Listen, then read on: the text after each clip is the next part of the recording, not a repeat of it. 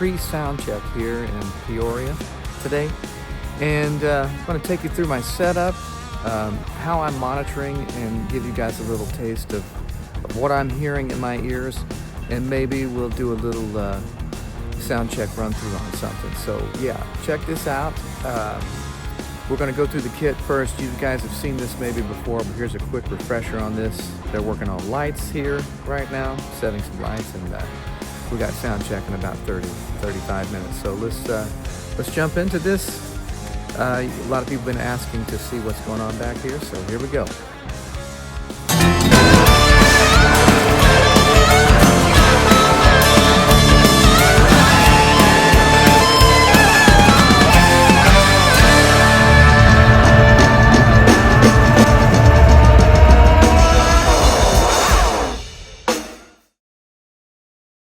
So I'm running Ableton, and all I've got is these short tempo references for everything. It gives me a couple of measures to count off and then stays in maybe for 4 or 5 measures and then stops. Then I got an iPad that I'll show you I'm using. I have, let's see here.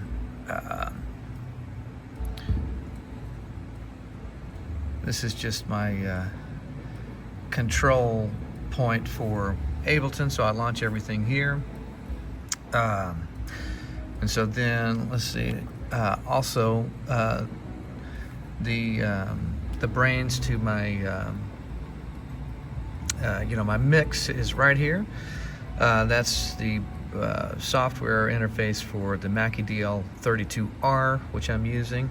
Then we've got my Pearl Masters Maple Gum 8x10, 8x12, sorry, that's wrong, 8x12, 9x13, 10x14, 16x16, 16x18, 14x24, cowbell, Pearl Reference 1 brass 6.5, and a 6.5 aluminum vector cast 6.5x14.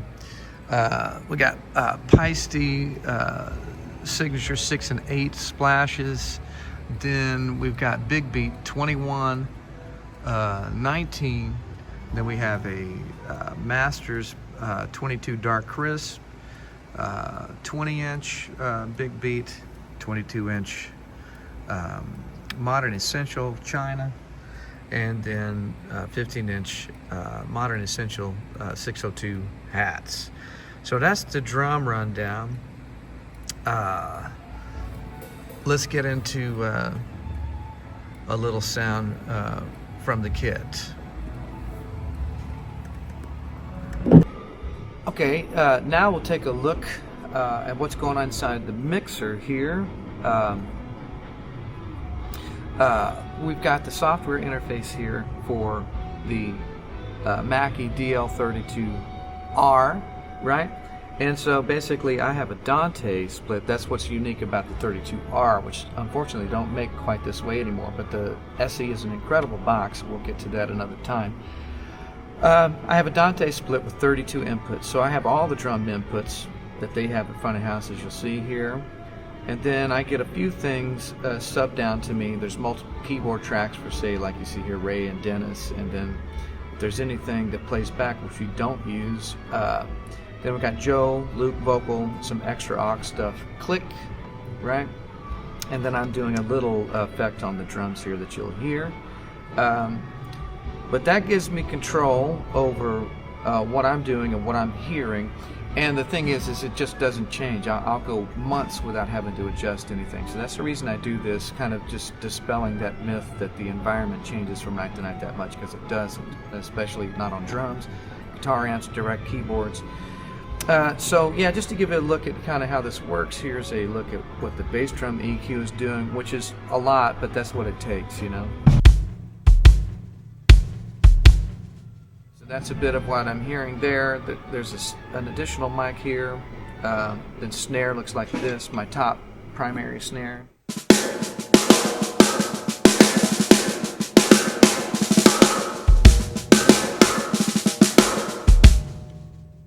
Something like that. It does have a little bit of compression as well available, which I'm using a bit of. So there's that part of it.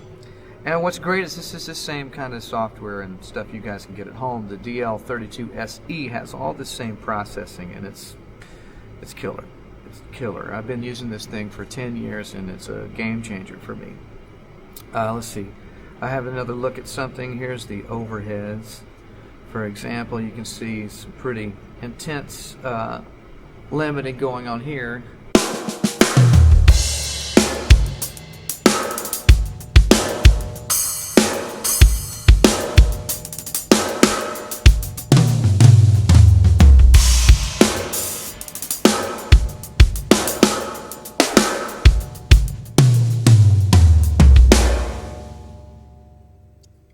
So basically that's the rundown there. You'll see the rest of what I have in the mix available to me. Doesn't change much night to night. There's a look at the setup, look at what I'm hearing, and then we'll take a look at maybe some sound check run through here in a minute, so stay tuned. A quick note, if you're new to the channel checking this out and you're hearing these sounds I've got here, there's a couple things I'm going to link up here, and they're templates for recording drums at home.